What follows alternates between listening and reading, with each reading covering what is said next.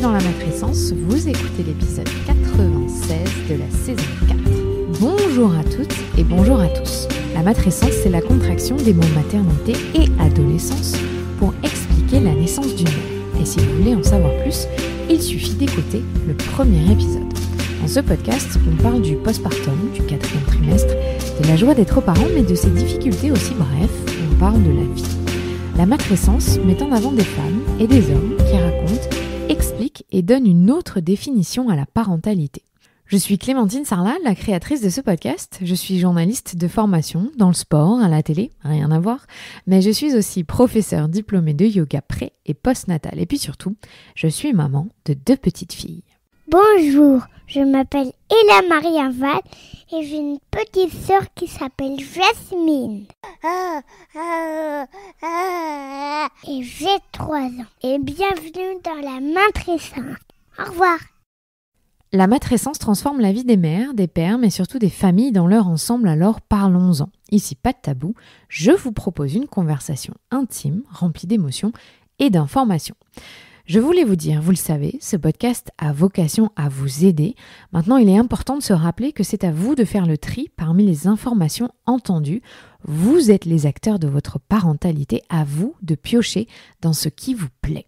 Si vous aimez ce podcast, n'hésitez pas à vous abonner, à laisser un commentaire et le must à mettre 5 étoiles sur votre plateforme d'écoute. Et psst, vous savez quoi ?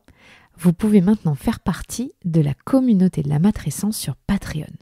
À quoi ça sert et qu'est-ce que c'est ? C'est simple, ça sert à soutenir ce podcast.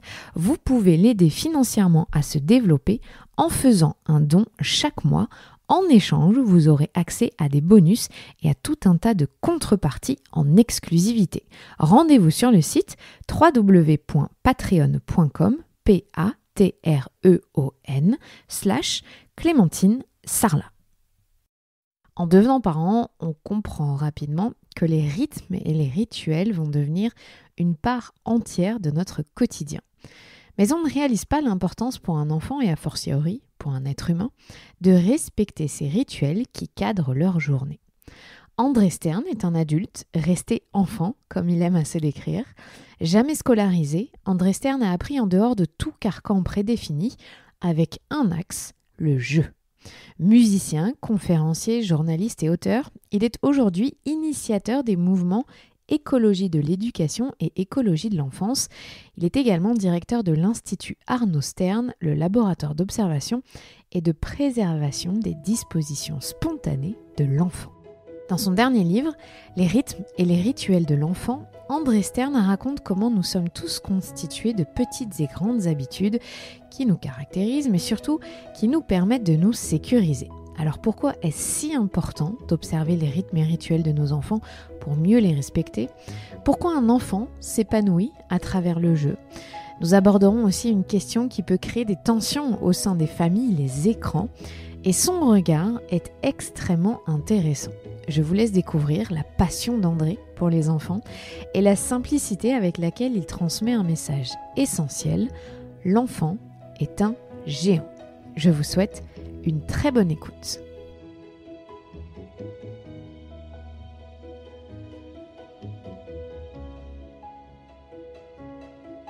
Salut André.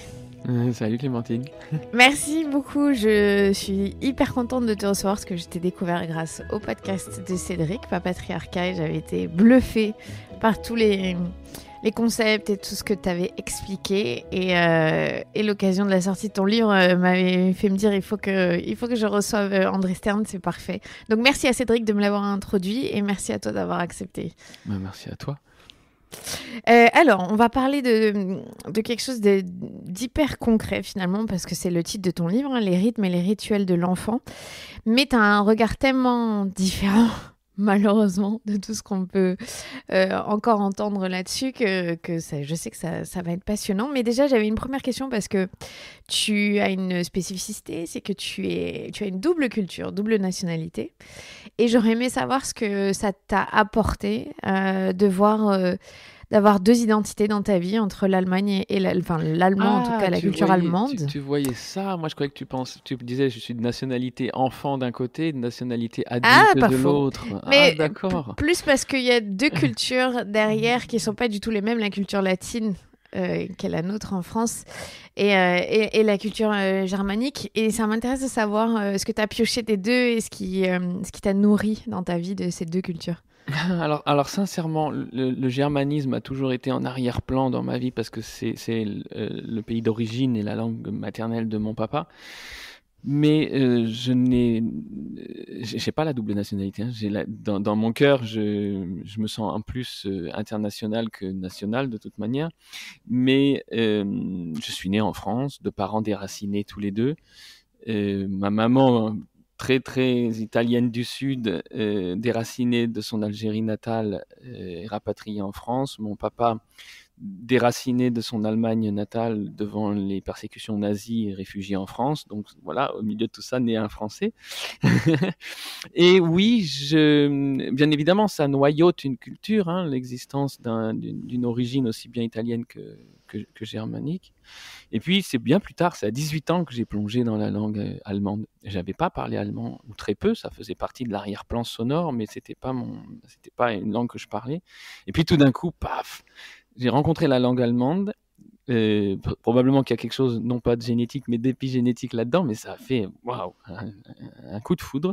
Et j'ai plongé dans cette langue et dans cette culture complètement à partir de 18 ans. Et c'est à partir de cet âge-là que j'ai commencé à m'inspirer des deux possibles. Et effectivement, merci d'avoir nommé la langue surtout. Oui, il y a des différences, hein, mais il y a des différences comme il y a des différences entre toutes les cultures et toutes les nations. C'est ce qui fait notre conglomérat. Mais ce qui me frappe surtout, et c'est pour ça que merci d'avoir nommé la langue, c'est à quel point ces deux langues sont différentes et parfois très complémentaires. Le français a parfois besoin de faire toute une phrase immense pour réussir à transmettre la même sensation que ce que l'allemand permet en 2-3 mots conjugués et déclinés de la bonne manière. Et du coup, ça donne une très très grande conscience de la valeur, de l'impact de l'outil mot. Et c'est vrai que je ne l'ai jamais aussi bien comprise et jamais aussi clairement approchée. Loin de moi l'idée de dire que je l'ai acquise ou même maîtrisée à un quelconque moment, mais au moins j'en ai pris conscience. Et je dois avouer que l'une et l'autre des langues se nourrissent et permettent du coup de développer un esprit germain dans une langue latine. Ça devient vraiment très intéressant. Et tu verras que ça fait partie des choses que j'affectionne particulièrement. C'est plutôt de mélanger les choses, de brouiller les pistes que de choisir des catégories et d'aller en chercher les angles, tu vois. Et puis c'est vrai que quand tu as annoncé double nationalité, j'ai tout de suite vu, mais tu vois, c'est ça le poids des mots et la force des images. J'ai tout de suite dit, ah oui, c'est vrai, moi j'ai une double nationalité, je suis à la fois un enfant et un adulte. Et donc j'appartiens à la fois au pays de l'enfance et à la fois au pays de l'adulte. Et c'est là que je suis un frontalier et que j'arrive à faire communiquer ou à parler des uns aux autres. C'est ça que j'ai vu d'abord. Donc, j'ai pas du tout répondu à ta question, mais est-ce que ça te va quand même? Non, mais par contre, on va parler de ça, de ta dualité, de ce que tu as en toi entre l'enfance et l'adulte, parce que tu vas expliquer plusieurs concepts que je crois, nous, adultes, dans la société occidentale, on a encore du mal à maîtriser, à appréhender. En tout cas, on va le faire après. Après, j'ai une deuxième question, parce que je la pose toujours. En début de podcast, tu as 2 enfants. Oui. Qu'est-ce que ça a chamboulé dans ta vie, l'arrivée de tes enfants? Est-ce que ça a chamboulé quelque chose d'ailleurs, ou ça a été une continuité logique? Les deux. Tu veux parler de ma matrescence et de ma patrescence, hein? Exactement. C'était une continuité logique et un grand continuum. Tout comme je n'ai pas connu les fameux rendez-vous, tu sais, adolescence, majorité, etc. Je ne les ai pas vraiment connus. C'est plutôt une longue patte très élastique. Oui, comme toute patte qu'on pétrit, il y a des creux et des bosses, des bulles et des dépressions. Mais plutôt comme un grand continuum et puis une grande logique, une logique du chemin, une logique continuée du chemin parcouru jusqu'ici. Et la logique de la rencontre avec Pauline, ma future épouse puis épouse, et puis la naissance de ses enfants. D'abord notre grossesse, hein, en plus on a fait 3 grossesses, une première qui n'est pas allée très loin. Mais donc on a été enceints ensemble. Et puis la naissance, qui elle-même est la continuité hein, de cette gestation. Et puis en plus, entre-temps, je sais qu'on est, quand on vient au monde, on est loin d'être fini, donc d'avoir fini sa gestation. La naissance, la croissance de ses enfants, la place qu'ils se mettent à prendre. Quand tu penses que mon grand, il va avoir 12 ans, et quand je dis qu'il prend de la place, il prend de la place. Parce que je le voyais courir hier dans notre cours. Là, il a de tellement grandes jambes, de tellement grands pieds, de tellement grands bras et une tellement grande tête, tu vois, ça prend de la place. Mais quand je disais que c'était, tu vois, dans ce grand continuum et cette grande souplesse, il y a également un moment clé vécu 2 fois parce que j'ai eu 2 enfants, mais particulièrement fort la première fois, c'est que je suis passé d'un seul coup. Je vais te raconter comment ça s'est passé. On a accouché à la maison, presque par inadvertance, parce que ça s'est passé très très très vite. On a eu le temps d'aller nulle part. Et donc Antonin est né à la maison. Et donc il a été tout de suite, on était accompagnés, on avait notre sage-femme qui est un homme, qui est Benoît. Donc il était dans un cocon, il y avait eu un médecin qui était passé, vérifier que tout allait bien. Il était donc très au chaud contre sa maman, sous les couvertures, etc. Je l'avais regardé, mais on ne s'était pas encore regardé, Antonin et moi. Et puis comme il avait un peu froid, et pour diverses raisons, il était prématuré en plus, on a trouvé qu'il était sage et non dogmatique d'aller à l'hôpital et de le mettre en couveuse, ce que nous semblait préférer. Et donc, notre sage-femme, Benoît, m'a dit vas-y, moi je m'occupe de Pauline et toi, tu ne lâches pas Antonin. Et donc, j'ai pas lâché Antonin. Donc, on l'a mis dans cette petite couveuse transparente. Moi, j'étais de l'autre côté. Et il a planté ses yeux dans les miens.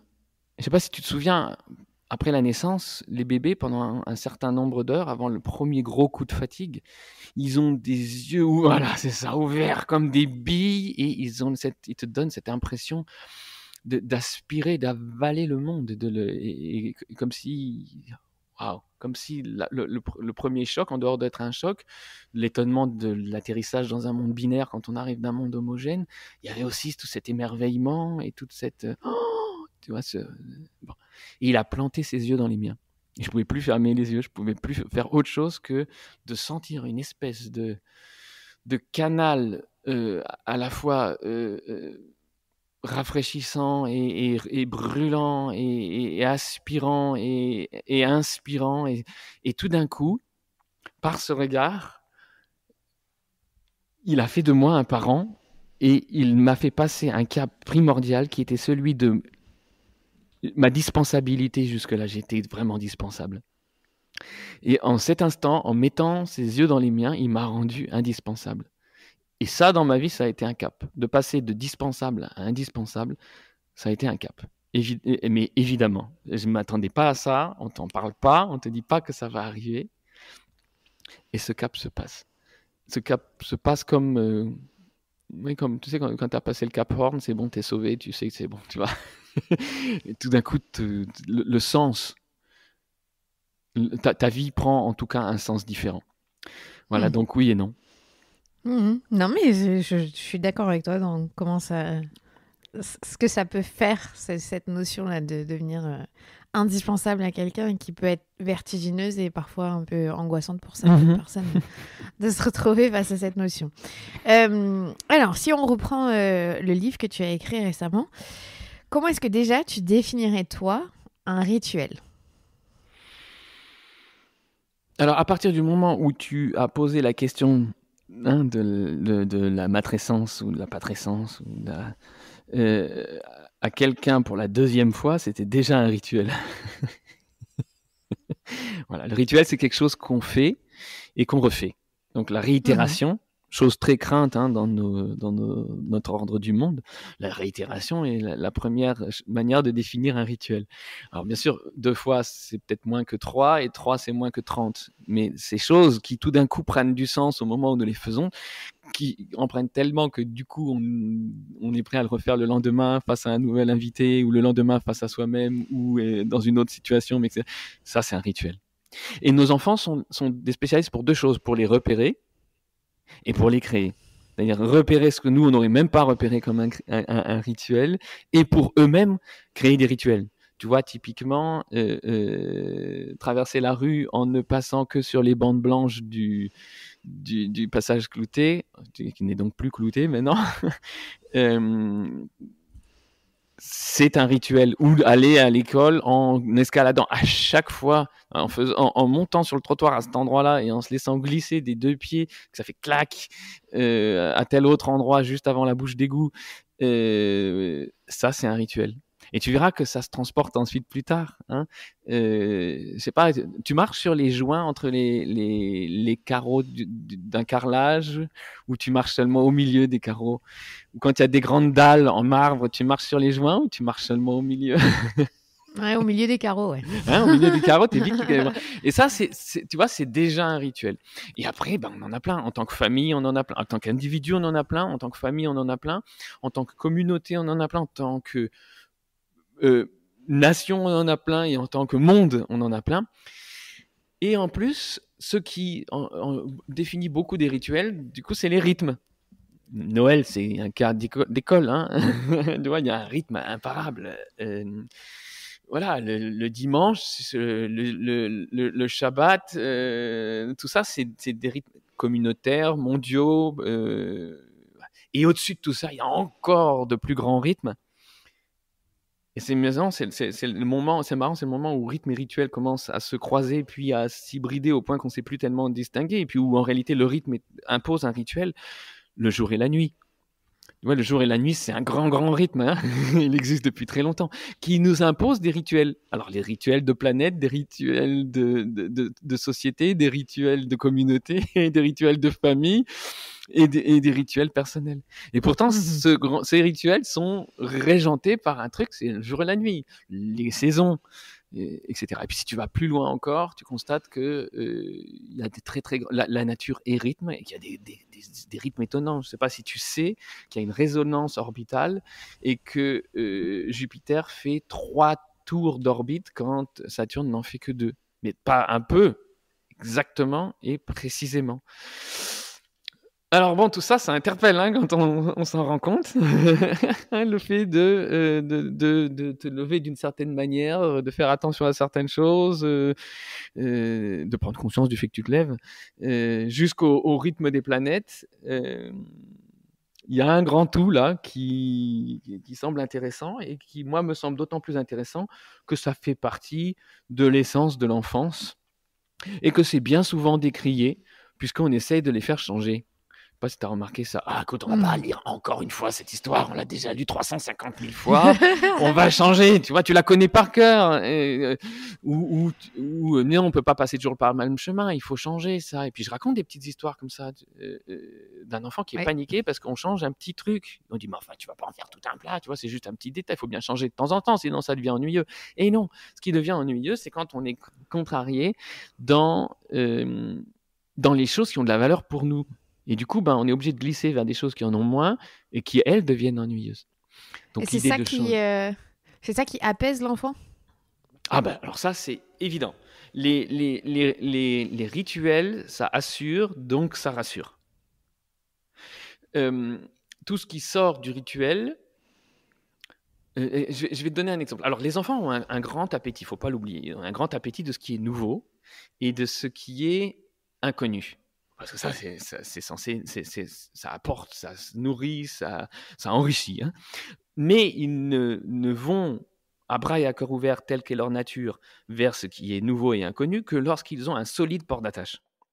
Et ce port d'attache est composé de certaines choses dont on sera probablement amené à parler, mais en premier lieu, bien sûr, des rythmes et des rituels qui nous rassurent. Et donc, c'est à l'intérieur de ces rythmes et rituels-là destinés à nous fournir un port d'attache que les changements sont perçus comme une mise en danger,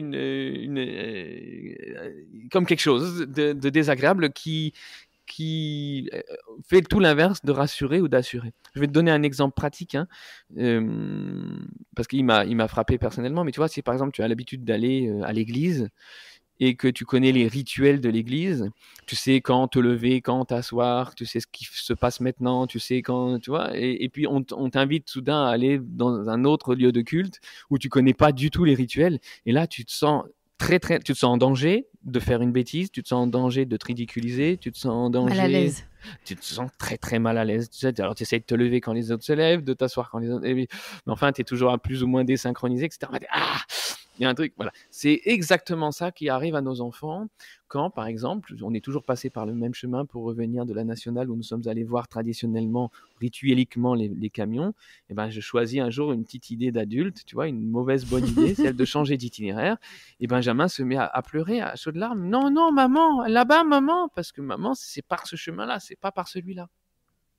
Et c'est pas qu'il est bloqué, c'est pas qu'il est capricieux, c'est pas qu'il fait tout ce qu'on va aller attribuer comme qualité redoutable aux enfants au moment où ils veulent rester fidèles et loyaux face à leur nature. C'est tout simplement que ça lui fait peur que ça change. Ah oui. Et je t'ai coupé tout à l'heure, mais en fait, ce qui est ennuyeux pour nous est merveilleux pour eux, hein, au final. C'est ça aussi.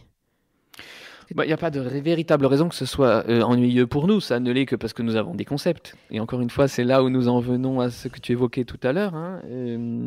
C'est nos concepts qui nous barrent la route. C'est nos concepts que nous mettons comme autant de pierres et de troncs en travers du chemin de nos enfants. Mais on nous a habitués au changement, à la nécessité de changer. Déjà qu'on vit dans un monde... Mais tu vois, regarde. On vit dans un monde où la seule permanence, c'est l'impermanence. Alors, c'est une grande théorie. Je pense que ces 2 dernières années, on a tous bien vu la pratique. Hein. Ouais, c'est sûr. Et donc oui, voilà, c'était une belle phrase jusqu'ici. La seule chose qui ne change pas, c'est le changement.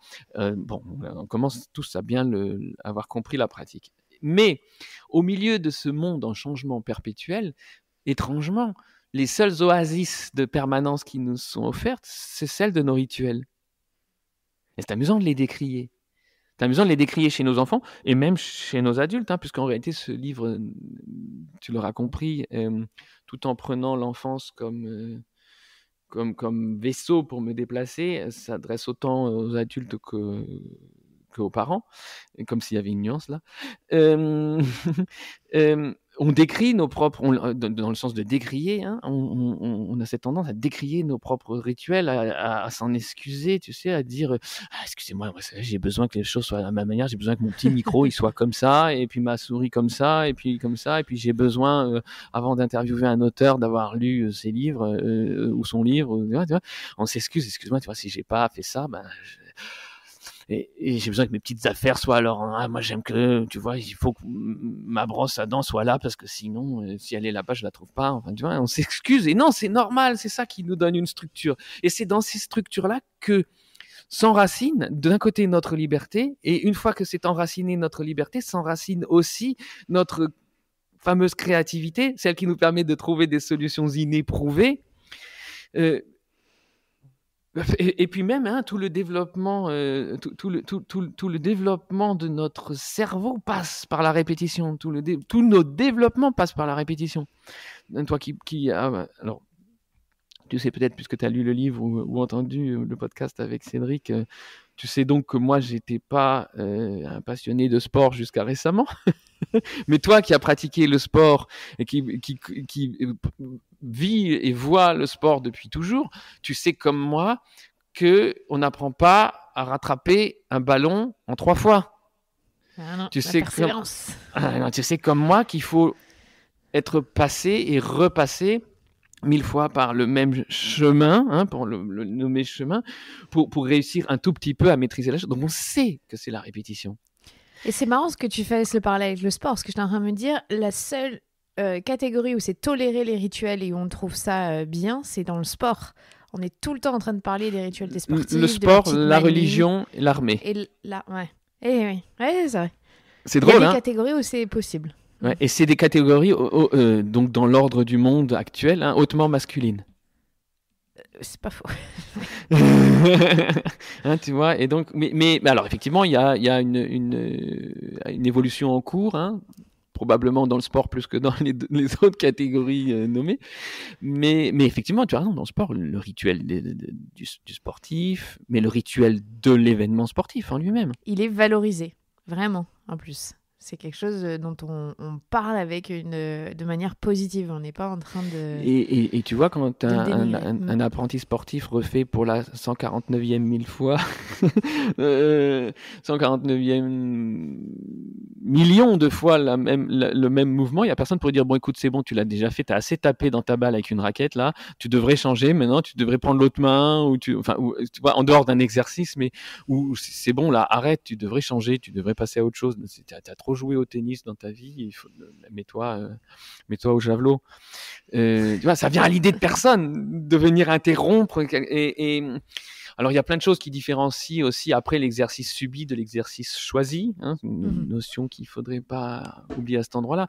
Mais quand on sait que la réitération, la répétition est tellement indispensable au développement de nos compétences et de nos capacités, il est quand même un peu étonnant de voir avec quelle systématique nous croyons devoir interrompre nos enfants quand nous avons l'impression qu'ils vont s'ennuyer parce qu'ils répètent trop souvent la même chose, ou que nous, on va s'ennuyer, tu vois, alors qu'ils ne font rien d'autre que ce que nous faisons quand nous faisons un entraînement sportif. Et notre cerveau fonctionne pas différemment. Tu sais, je pense que je travaille avec des scientifiques. J'aime beaucoup la neurobiologie. Et c'est intéressant parce que mon ami Gerald Hutter, qui parle de cette progression, prend une métaphore qui est jolie, qui est toute simple. C'est d'abord, tu vas dans la forêt, et quand tu passes par un certain endroit que tu as choisi pour une raison ou une autre d'emprunter, tu vas te frayer un chemin entre les branches, entre les ronces, hein, et puis les taupinières qui te font buter, etc. Et puis tu vas passer une deuxième fois, déjà les ronces n'auront pas repoussé, tu vas passer une troisième fois, et puis les branches, tu vas les avoir usées ou pliées à force de passer, et puis au bout d'un certain temps, tu vas avoir un petit sentier qui s'est marqué sur là où tu passes. Et du coup, comme tu es passé par là, tu repasses par là. Tu vas pas marcher à 1 mètre à côté où il y a des ronces et des branches, tu vas rester sur le sentier que tu as créé. Puis ce sentier, à force que tu marches dessus, va devenir un petit chemin. Et puis, à force de devenir un chemin, il va devenir un chemin. Et puis après, il va devenir une route goudronnée. Puis il va finir par une autoroute. C'est le moment où tu rattrapes toutes les balles. Quoi qu'il. Et tu ne parcours pas 143 millions de fois le même chemin parce que tu le dois. Tu le parcours parce que tu en as envie. Et tu n'en as envie que si tu es enthousiaste. Et là, on arrive encore à une autre notion typique de l'enfance qui me tient énormément à cœur, mais qui découle de la possibilité que nos enthousiasmes, donc nos génies en devenir, s'enracinent dans une structure, parce que sinon, c'est pas la liberté mais le chaos. Et cette structure, c'est nos rythmes et nos rituels. Alors, comment est-ce que tu différencies, toi, un grand rituel d'un petit rituel ? Ça aussi, hein, c'est soumis à interprétation personnelle, mais les grands rituels, c'est par exemple le fait que dès qu'un enfant rencontre une activité ou une action humaine, il va se livrer à l'un des premiers rituels qui est l'imitation. L'imitation est un rituel. Aussi étrangement décrié. Si tu copies à l'école, en général, t'es mal vu. Hein. C'est drôle, hein, parce que c'est par l'imitation que quoi que nous fassions, nous l'avons appris, hein, on l'a appris par l'imitation. Donc, tu peux considérer le fait d'imiter les actions comme un grand rituel. C'est un rituel universellement valable pour les enfants. Hein, quelle que soit leur origine ou leur environnement, tu constateras que imiter une découverte, une action ou une activité humaine, l'imiter après l'avoir découverte est un des grands rituels de l'enfance. Donc, quelque part humain. Un autre grand rituel de l'enfance, une fois qu'il a imité, c'est de jouer. C'est-à-dire, il ne se contente pas d'imiter une activité ou une action, mais il va l'implanter dans une réalité alternative qui est celle du jeu et la vivre. La vivre, c'est-à-dire qu'il va non seulement imiter le fait de conduire une voiture, mais il va se mettre à la conduire dans le sable, dans des tunnels, sur des ponts, à des croisements, etc. Et ça, il faut le jouer. Tu peux pas te contenter d'imiter, il faut pouvoir mettre cette imitation in situ. Donc c'est le jeu. Donc jouer, c'est le deuxième grand rituel de l'enfance, le rituel auquel l'enfance se consacrerait entièrement et uniquement si on la laissait faire. Et d'ailleurs, il y a beaucoup de choses à dire au sujet de jouer. C'était le thème d'un de mes livres, de mon livre avant avant celui-ci. Et puis il y a un troisième rituel, c'est de répéter. C'est donc celui qu'on vient mais le rituel est fait de répétition, mais le fait de répéter lui-même est un grand rituel, c'est-à-dire une chose à laquelle se livrent tous les enfants.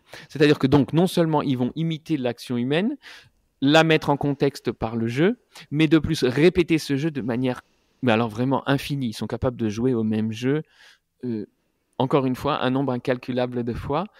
Et seraient capables de continuer jusqu'au moment où ils sont arrivés au bout, qui peut être dans 10 ans comme dans 10 heures, si n'intervenaient des adultes qui venaient leur dire t'as assez joué là maintenant comme ça. D'abord, 1, il fait froid. 2, maintenant ça va être il faudrait que tu changes parce que il y a autre chose. Et si les adultes le font, c'est pas du tout par méchanceté, c'est parce que eux-mêmes ont ces idées-là, eux-mêmes ont toujours été interrompus. Eux-mêmes ont été éduqués à penser que, par l'idée de consommation, qu'il faut changer, qu'il ne faut pas sinon se scléroser, tu vois, que l'enfant considère comme stabilisation, nous le considérons comme sclérose, tu vois. On va trouver toutes sortes de vilains qualificatifs qui vont du coup nous donner la peur, parce que tout ce qui régente nos actions, malheureusement, en général, c'est la peur de ne pas être d'assez bons parents, et que du coup, pour être de bons parents, il faut l'inviter à autre chose, l'inviter à changer, l'inviter à se diversifier, et c'est en réalité une motion de censure assez terrible, parce que du coup, ça veut dire, enfant, je ne te crois pas capable d'être dans un processus pertinent si tu joues sans arrêt, et je pense que si je n'interviens pas, tu n'iras nulle part. Et ça, c'est un terrible manque de confiance et un terrible manque de réalisme, parce que justement, c'est incroyable tout ce que l'enfant fait et a déjà fait. Ça devrait nous inciter à plutôt nous dire, avec curiosité, mais quelle sera la prochaine étape de cette progression. Justement, toi, tu dis souvent que l'enfant est un géant. Qu'est-ce que tu veux dire derrière cette notion ? En réalité, il y a un côté subjectif à cette phrase-là, l'enfant est un géant. C'est comme ça que moi je le ressens. Et puis il y a un côté très objectif. Et puis c'est bien, on a l'habitude de dire ce dont nos enfants ont besoin. Ce qui me fait toujours, en tant qu'enfant ou adulte enfant ou enfant adulte, ça me fait hérisser le poil, parce que qui peut se permettre de dire qui a besoin de quoi, sachant que les besoins, les nécessités sont des choses évolutives, et qu'il n'y a pas le enfant qui a le besoin, mais qui a une infinité d'individus changeants ayant une infinité de besoins changeants. Mais donc, les enfants ont besoin, paraît-il, de tas de choses, et puis du coup, pour traiter tout le monde sur un pied d'égalité, je vais dire les adultes ont besoin de chiffres et d'études scientifiques pour croire certaines choses. Je sais, ils ont besoin qu'on objectivise, qu'on objectif, ou du moins ce que l'on prétend objectif. Et alors, du coup, il y a un côté vraiment très objectif quand je dis que les enfants sont des géants, et des vérités très scientifiques. Donc j'ai effleuré le fait que je travaille avec des scientifiques, donc ils m'envoient les écrits divers qu'ils trouvent intéressants, etc. Ce qui fait que se fait par accrétion toute une connaissance, ou du moins l'illusion d'une connaissance, ou du moins la conscience d'une non-connaissance très large, mais en train de s'élargir.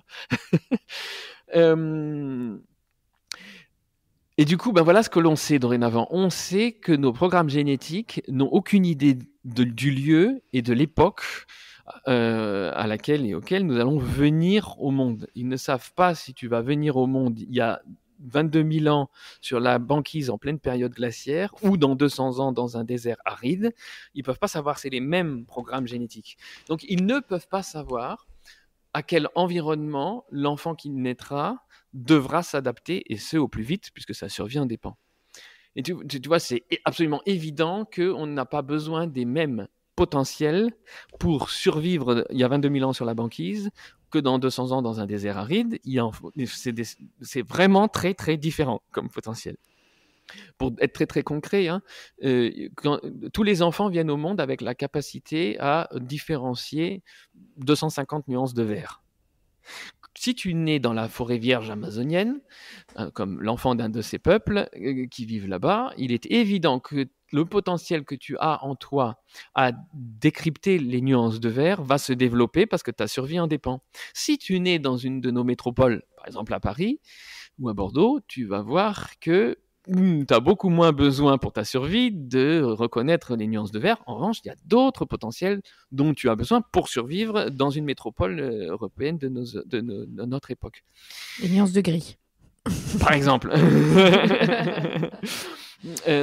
Et donc, nos programmes génétiques, ne sachant pas de quel potentiel nous équiper et sachant qu'il y a une infinité d'environnements, etc., et ne sachant pas à quel environnement nous préparer, ils ont eu une idée géniale.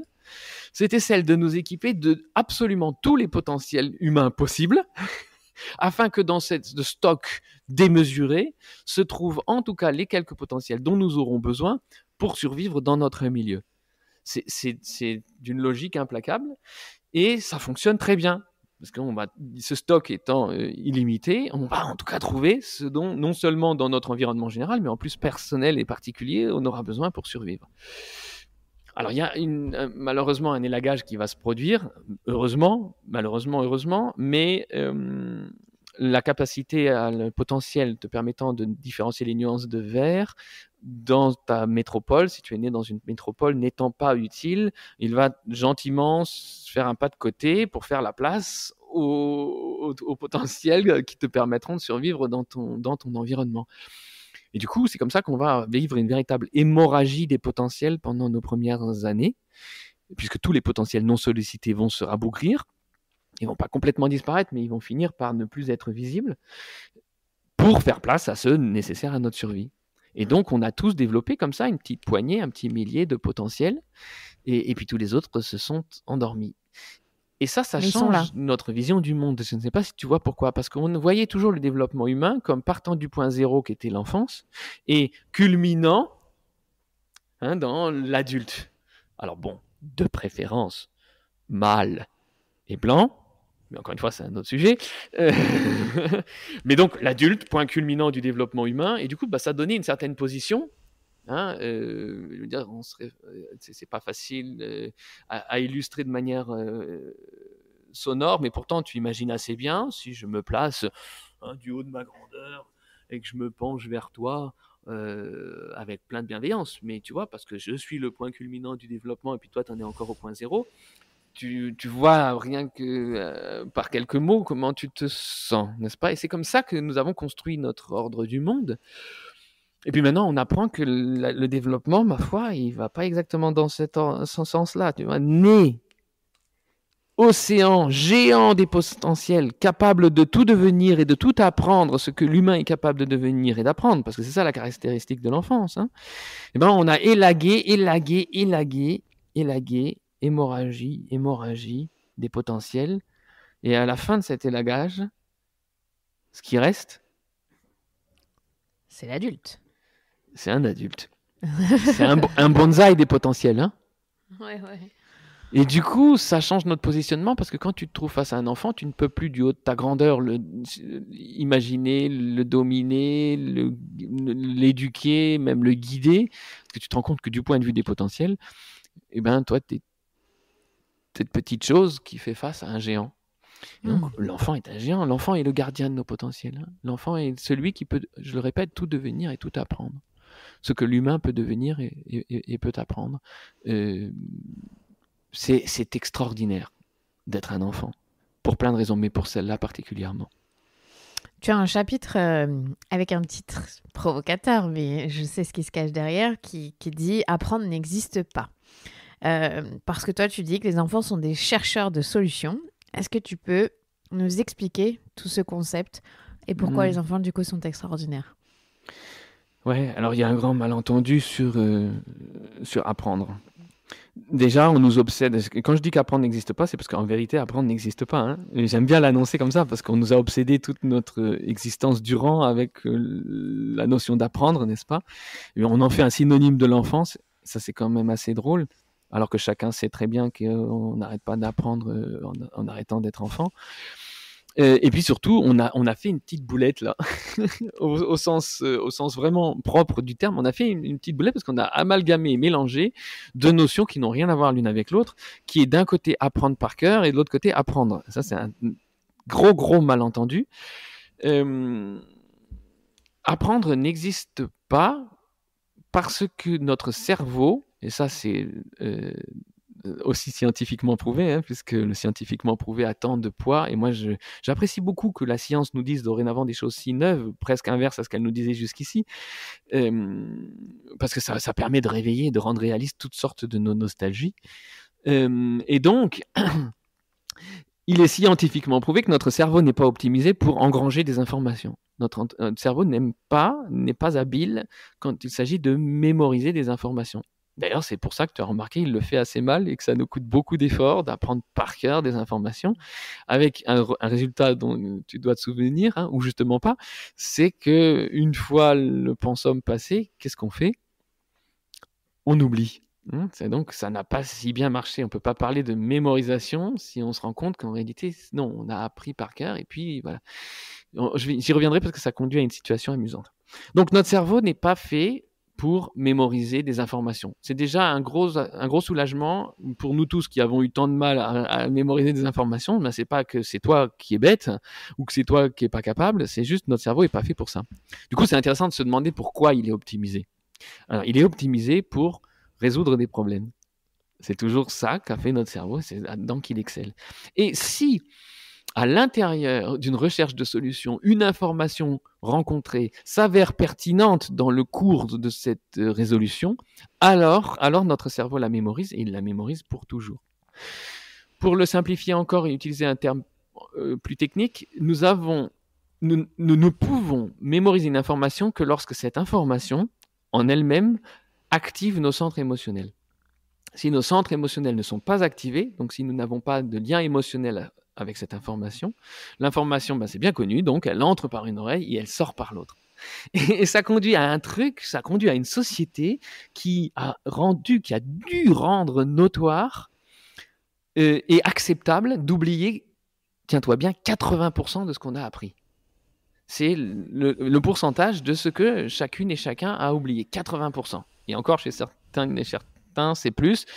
Et en réalité, ça s'explique très bien. Mais comme le processus à la base est dysfonctionnel, on a dû rendre acceptable qu'il ne marche pas en rendant ça notoire. Et quand je dis qu'on l'a rendu notoire, tu vois de quoi je veux parler? C'est que si on te demande quelque chose et que tu ne sais pas la réponse et que tu dis ah oui mais ça c'est quelque chose que j'ai appris à l'école, j'étais même bonne, hein, j'avais des bonnes notes, hein, mais j'ai tout oublié entre temps. Là, tout le monde va te donner l'absolution. Bah oui, bien sûr, c'est sûr, moi aussi j'ai tout oublié. Hein, donc, et tu vois, c'est drôle parce que si tu dis non, ça je l'ai jamais appris, là on va te traiter de lacune. Et c'est amusant hein, parce que en réalité, la personne qui n'a jamais appris telle chose ou celle qui l'a apprise puis oubliée, se trouve aujourd'hui au même point, exactement au même point. Mais l'une est critiquée, décriée, dévalorisée, tandis que l'autre est valorisée. Waouh, Clémentine, elle était bonne en géométrie dans l'espace. Bon, elle a tout oublié, mais à l'époque, elle avait les meilleures notes, tu vois. Donc ça. Et le fait que... mais non, mais tu vois, ça va. C'est drôle, hein, et moi, ça m'a toujours particulièrement frappé, ça. Et donc, quand on sait ça, on comprend aussi pourquoi il y a quand même eu 20% qu'on n'a pas oublié. Et les 20%, si tu les analyses, et si chacun qui nous entend le fait, eh ben, on va se rendre compte que ce sont les 20% de choses qui nous ont touchés, qui nous ont concernés, qui nous concernaient, qui concernaient un de nos intérêts, qui concernaient, ou alors qui étaient transmises par une personne qui nous touchait, qui nous concernait, ou qui était en interaction ou en lien, plus ou moins lâche, plus ou moins lointain, avec une information qui nous tenait à cœur. Ce qu'il y a d'amusant, c'est que ces centres émotionnels, on voudrait bien, c'est le Graal, hein, maintenant qu'on le sait, on voudrait bien trouver la clé. On voudrait trouver le bouton ou la substance ou la petite, tu vois, la petite piqûre ou la chose qui ferait que on appuie sur le bouton, paf, les enfants activent les centres émotionnels, puis les adultes aussi, puis ils retiennent toutes les informations qu'ils vont croiser. Malheureusement, ça ne marche pas du tout comme ça. Il n'y a rien qui permette d'activer de manière extrinsèque les centres émotionnels, il faut que ce soit intrinsèque. C'est-à-dire, il y a une seule activité qui s'avère activer les centres émotionnels, c'est le jeu. C'est drôle, hein, parce que c'est l'activité favorite de nos enfants, comme je le disais tout à l'heure, et que si ça ne tenait qu'à eux, ils ne cesseraient jamais de se consacrer à la seule activité qui provoque en eux automatiquement l'état dans lequel toute information qu'ils vont rencontrer sera mémorisée pour toujours. Voilà pourquoi je dis et je répète volontiers, je te remercie de m'en donner l'opportunité, qu'apprendre n'existe pas. Oui. Jouer existe, apprendre n'existe pas. Et tu dis aussi quelque chose de très intéressant dans le livre, et c'est ça qui est appréciable, c'est que finalement tu mets le curseur sur nous, les adultes.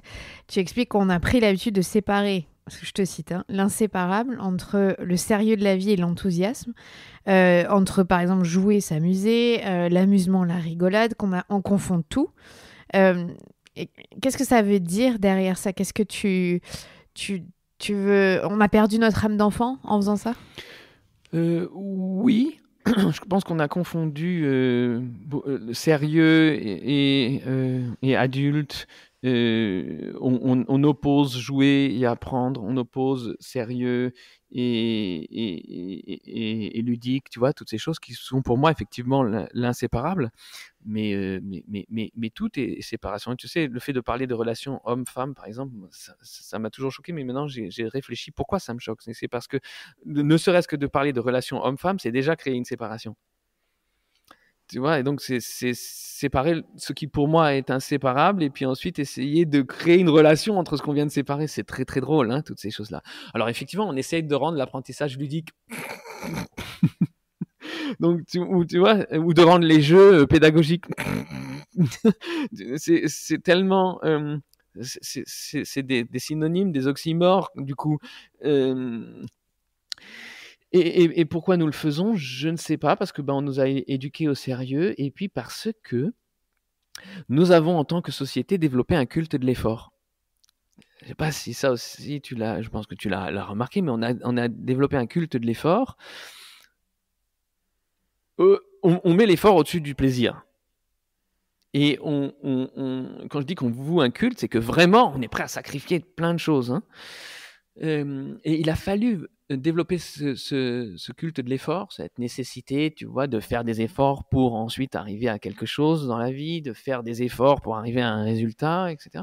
Cette notion d'effort, donc de peine, de se donner de se donner du mal. Écoute bien le mot, hein, de la peine, du mal, qui sont autant de synonymes de notre compréhension de la notion d'effort. Et il nous a fallu inventer ça au moment où nous avons tourné le dos à nos enthousiasmes individuels. Parce que quand tu es porté par l'enthousiasme, tu ne ressens plus l'effort. Ou si tu le ressens, tu ne le considères et ne le ressens plus comme une peine, comme une douleur. Tu prends en compte les courbatures que tu auras demain, et puis à la limite, tu es même amoureuse de tes courbatures parce qu'elles signifient combien tu t'es consacré à ton enthousiasme. Et donc, je pense qu'à force qu'on ait dévalorisé nos enthousiasmes en essayant d'orienter cette énergie phénoménale qui nous permet de déplacer des montagnes, qui nous donne des ailes, qu'est notre enthousiasme, qui est la nature de l'enfant. Là aussi, les neurosciences nous disent des choses passionnantes au sujet de l'enthousiasme, hein, l'enthousiasme qui est l'engrais de notre cerveau, ce qui nous permet de nous développer, ce qui est la force motrice qui fait que, très très connu, derrière les destins que nous aimons tellement de ces personnes que nous admirons, qui y sont arrivées quand même alors qu'on leur disait que ça serait pas possible, etc., qui sont toutes et tous simplement des enthousiastes. On a essayé d'orienter l'énergie vive qui est notre enthousiasme vers des sujets qui ne nous enthousiasment pas. Et du coup, on a dévalorisé ce qui nous enthousiasmait au profit de choses qui ne nous enthousiasment pas et qui, du coup, se mettent à nous coûter des efforts. Et c'est alors qu'on essaye de nous faire croire que les efforts, c'est bien. D'où ce culte de l'effort que nous avons développé, qui va à l'encontre d'abord de notre nature, qui est d'être porté par l'enthousiasme, donc de faire effectivement des efforts phénoménaux, tels que font nos petits-enfants quand ils grimpent un escalier dont les marches sont plus grandes que leurs propres jambes, et que ça leur coûte un déploiement d'énergie incroyable.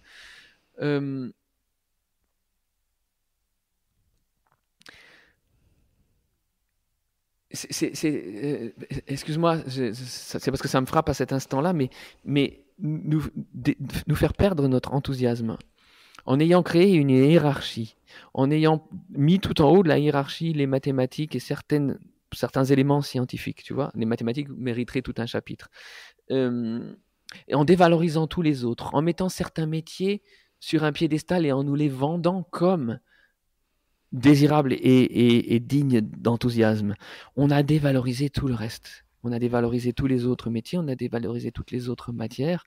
Et si, comme c'est le cas dans la plupart des configurations, ce qui t'enthousiasme sincèrement et véritablement, ce qui ferait de toi un génie qui te rendrait indispensable au monde, donc qui serait une forme d'adolescence de l'être d'une manière générale, si ce qui est toi t'enthousiasme n'est pas dans l'échelle de valeur des choses réputées dignes d'enthousiasme les plus hautes hiérarchiquement, tu vas même pas avoir le courage de l'avouer à toi-même. Parce que voilà, la société attend de toi que tu deviennes médecin, avocate, ingénieur, et si toi tu voulais devenir laveur de carreaux, ça va être moins bien vu, hein, et du coup tu vas devoir renoncer à ce qui t'enthousiasme. Et à force d'y renoncer, à force comme ça de nous auto-éteindre étape par étape, donc de nous priver de notre nature d'enfant, on en vient à croire que l'effort et la douleur sont notre but. Et du coup, on n'a plus qu'une envie, c'est de convaincre nos enfants qu'il en est ainsi. J'aimerais briser cette transmission transgénérationnelle de l'idée d'effort et nous inviter à l'enthousiasme. Et ça fait aussi le lien un peu avec ce que tu expliques sur les écrans. Tu as un point de vue très intéressant. Puisque en gros, tu expliques que les enfants, en allant dans le monde virtuel, ils recréent leur propre réalité sur les écrans ou les jeux vidéo, peu importe sous quelle forme, parce que quelque part, ils échappent au monde réel qui ne les satisfait pas, c'est ça ? Le monde réel, oui, c'est ça. Alors on a donc à longueur d'écrire, mais enfin on est en train de se calmer un peu là-dessus, mais et puis il y a eu beaucoup de malhonnêteté dans certaines publications à ce sujet-là, mais on est passé d'un moment où on nous a dit que les écrans c'était la catastrophe pour nos enfants, à un moment où on nous dit que le monde virtuel prive nos enfants de la réalité, etc.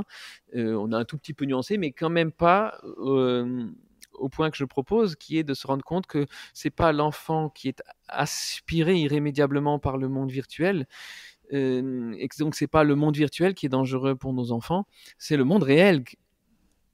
Et si ils sont tellement aspirés par le monde virtuel, c'est parce que effectivement, comme tu viens de l'évoquer, le monde virtuel leur permet de vivre les choses qui leur sont impossibles dans le monde réel, à cause de toutes les discriminations et à cause de toute notre organisation et notre ordre.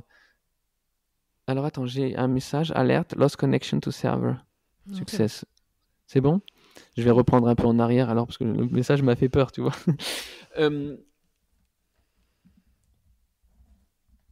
Je peux reprendre plus haut même. Il faut bien... ouais, je vais reprendre plus haut. Il faut bien se dire une chose, nos enfants ont ils cherchent deux choses. Ils cherchent à être des héros, les héros de leur histoire, et ils cherchent par ailleurs à jouer. Et ce sont deux choses qui ne sont pas possible dans leur réalité d'enfant à cause de notre ordre du monde. Par exemple, c'est impossible d'être un héros parce que, où que tu sois, où que tu ailles, on va toujours te dire je t'aime bien comme tu es, mais je t'aimerais mieux si tu étais différente. Tu vois, prenons l'école, mais à l'école, il est impossible, si tu es un héros pour tes camarades, l'es-tu pour tes enseignants? C'est peu probable. Et inversement. Si tu es un héros cette semaine, le seras-tu la semaine prochaine? Si tu es un héros en maths, l'es-tu en gym? Et si tu l'es en gym, l'es-tu en maths? Tu vois, il y a donc impossible. Ah, c'est pas grave. Tu te dis, je vais aller à la maison. Moi, à la maison, je pourrais être héroïque. Mais non, pas du tout. On va au contraire plutôt te faire ressentir combien tu es loin encore, combien il te faudra faire encore d'efforts, etc. On te dira, je t'aime, mais je t'aimerais plus si tu rangeais plus ta chambre, si tu faisais de plus grands progrès, si tu apprenais mieux à l'école, si tu faisais mieux tes devoirs, etc., etc., etc. Tu vois, tous ces mais qui font que, alors tu voudrais jouer, mais tu peux pas parce que tu es très occupé, parce que on a banni le jeu de ta vie en te disant que c'était pas sérieux, qu'il fallait que tu arrives là. Excuse-moi, c'est pas l'heure de jouer là, c'est l'heure de mettre la table. Ou excuse-moi, c'est pas l'heure de jouer là, c'est l'heure d'apprendre tes leçons, enfin de faire tes devoirs. Si tu les fais pas maintenant, demain, qui va les faire, etc. Donc tu vois, tu te dis bon. Oui, mais le problème, c'est que c'est ça le quotidien de nos enfants. Et tout d'un coup, ils se trouvent face au monde virtuel qui leur ouvre les portes en leur disant écoute, voilà, je t'accueille tel que tu es, quelles que soient tes performances scolaires, quelles que soient tes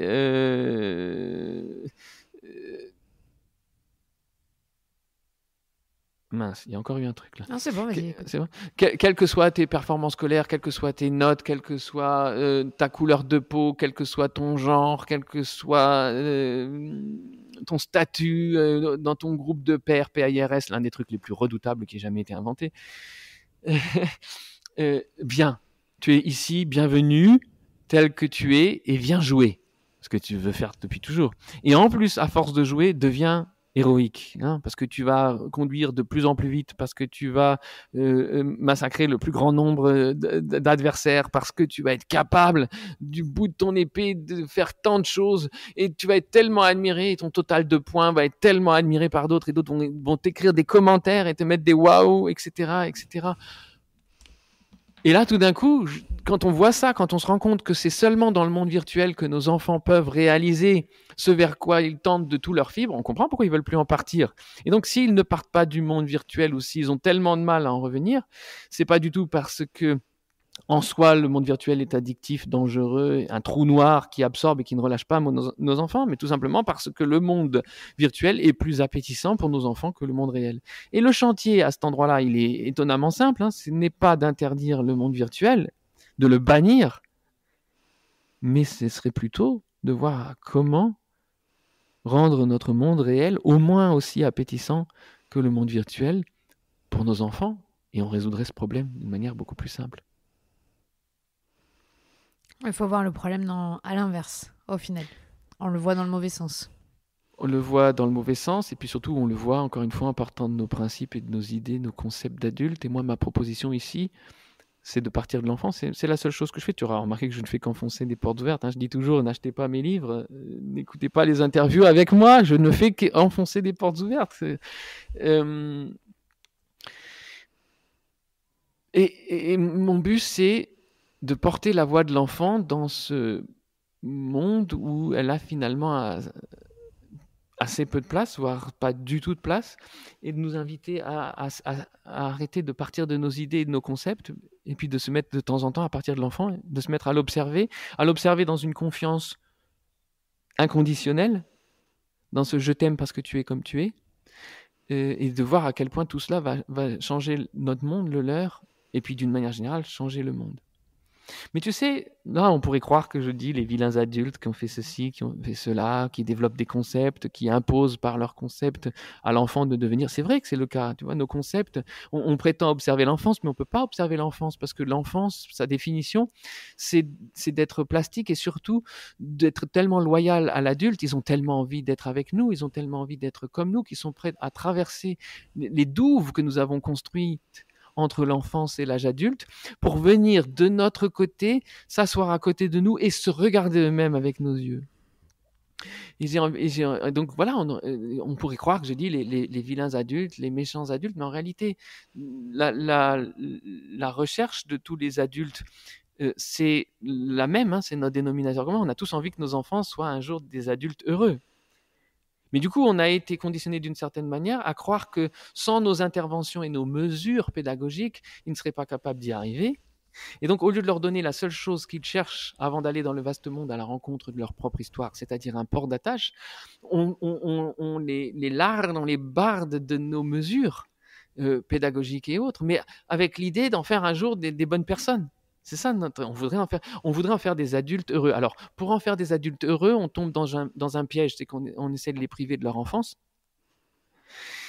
ou qu'on les dégoûte de leur enfance. C'est normal de vouloir grandir, mais de quitter l'enfance, c'est peut-être le signe d'une discrimination. On a très peu parlé de discrimination et d'adultisme, toi et moi aujourd'hui, tant pis, on n'a pas le temps de tout. Attends, excuse-moi, je reviens, j'ai perdu juste mon fil. À force d'ouvrir des tiroirs, hein, dans les mêmes... J'en étais où là?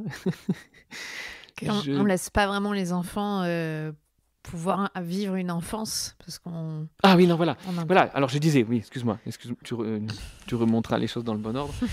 Alors, donc, non seulement on les prive de leur enfance, mais en plus, dans notre désir d'un futur, donc on sacrifie leur présent, mais dans notre désir de leur futur et de les voir dans leur futur être des adultes épanouis, nous en oublions une chose bêtement primordiale qui serait de vivre aujourd'hui sous leurs yeux ce que sont des adultes heureux. Nous-mêmes en étant l'exemple. Ben oui, on est l'exemple de l'inverse. On est l'exemple de ce qu'on voudrait qu'ils ne soient pas dans la plupart des cas. C'est quand même très étrange.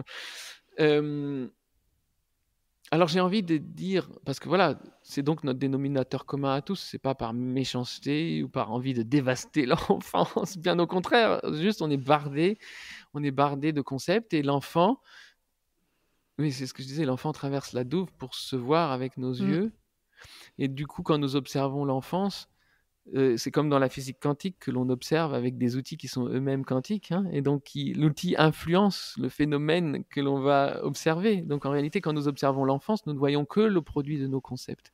Nous ne savons pas vraiment ce que pourrait être l'enfance.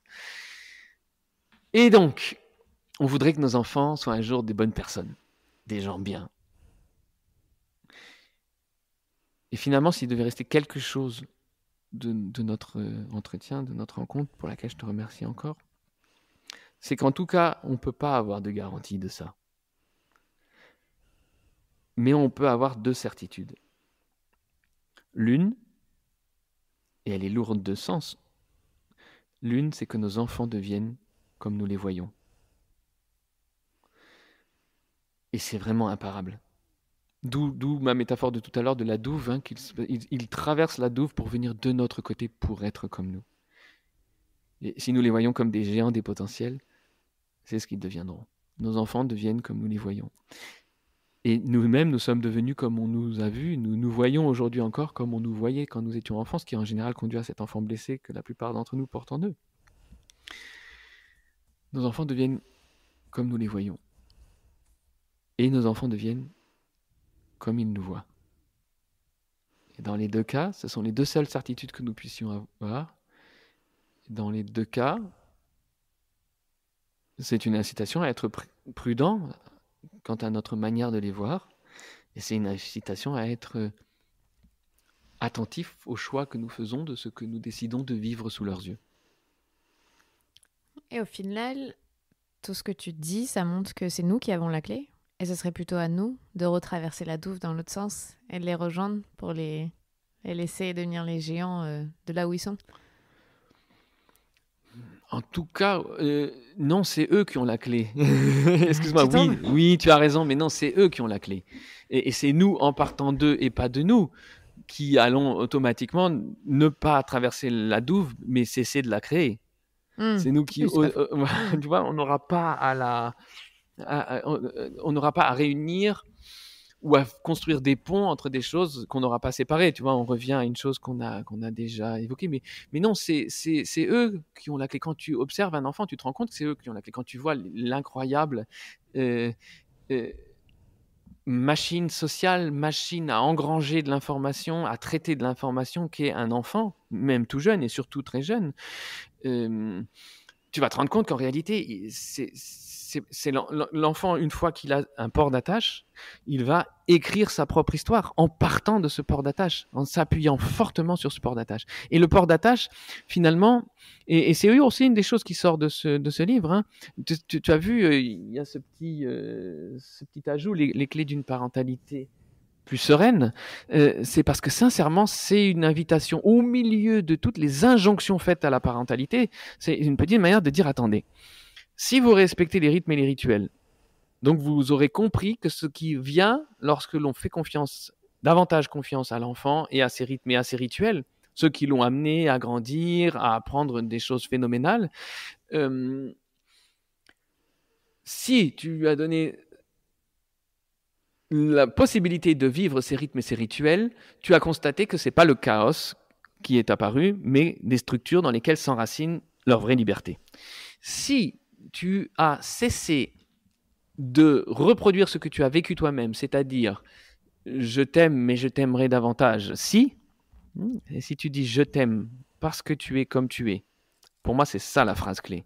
Je t'aime parce que tu es comme tu es. C'est la confiance inconditionnelle. Il n'y a pas d'amour inconditionnel sans confiance inconditionnelle. Parce que je t'aime, mais c'est pas inconditionnel. Si tu as donné ce « je t'aime parce que tu es comme tu es », qui d'ailleurs en retour s'adressera aussi à l'enfant intérieur blessé que tu portes en toi et qui n'a peut-être entendu cette phrase-là qu'aujourd'hui, tu constateras que tu as donné à ton enfant ce port d'attache qui est la chose qu'il cherche auprès de toi. Et du coup, tu peux te mettre les doigts de pied en éventail avec un cocktail assis sur ton transat parce que c'est bon, tu as déjà fait le principal, le plus important, le reste c'est du bonus. Et donc tu vois, dans toute cette agitation qu'on nous propose, à toutes les choses auxquelles il faudrait faire gaffe, toutes les choses auxquelles il faudrait être attentif, toutes les étapes qu'il ne faudrait pas louper. Tu as remarqué qu'il y a plein d'étapes qu'il ne faut pas louper, et puis attention si tu les loupes, etc. Là, c'est dire, en réalité, ça va. Ça va, vous êtes déjà des bons parents. Si vous permettez à l'enfant d'écrire son histoire, vous n'avez pas d'autres mesures à prendre, d'autres fronts sur lesquels vous agitez et tâchez de donner une bonne éducation. Vous avez déjà tout donné. Donc je peux arrêter mon podcast. Une fois qu'on a fait ça, j'ai plus besoin d'en faire. Si. Je crains que ça nécessite une certaine répétition et divers éclairages, éclairant la même chose mais sous divers angles. Si tu pourrais ne pas arrêter, s'il te plaît. Mais ton podcast, il est déjà un rituel. En dehors d'avoir un rythme. C'est vrai. Il l'est pour toi, il l'est pour toutes les personnes qui l'écoutent. Tant mieux si ça structure des journées, certain. Je pense qu'on pourrait aller sur tellement d'autres sujets parce que je le dis dans ton livre, tu parles beaucoup des passions de tes enfants et comment c'est venu et comment c'est spontanément venu et c'est très intéressant je trouve. Comment ils n'ont pas été conditionnés par une société qui veut leur faire aimer certaines choses parce qu'ils sont garçons, par exemple. Donc, je vous encourage à le lire parce que c'est intéressant. Et je pense qu'on pourrait refaire, d'ailleurs, tu vois, un épisode sur le genre. Parce que alors, avec plaisir. Beaucoup de choses à dire. Ouais. Mais déjà 1 heure sur les rythmes et les rituels, c'était très bien. Merci, André, Merci, Clémentine. de m'avoir accordé du temps. Et d'avoir dit des choses où tu enfonces des portes ouvertes qu'on a besoin d'entendre. Et de répéter. Et puis à très bientôt. À bientôt et merci. C'était André Stern, conférencier, pédagogue, musicien, auteur et journaliste. Je suis Clémentine Sarlat, votre hôte. Si vous avez aimé cet épisode, n'hésitez pas à le partager autour de vous ou à laisser 5 étoiles ou à le partager sur les réseaux sociaux @lamatrescence. Ça aide vraiment ce podcast à se faire connaître et à pouvoir continuer sa route. Et puis vous pouvez également soutenir la matrescence en allant sur la page Patreon Clémentine Sarlat, la page Patreon de Clémentine Sarlat, Vous pouvez donc aider le podcast à se développer avec des contreparties. Très très très vite, même la semaine prochaine, une nouvelle contrepartie arrive pour celles et ceux qui participent déjà. Je vous souhaite une très bonne fin de journée et surtout, prenez soin de vous.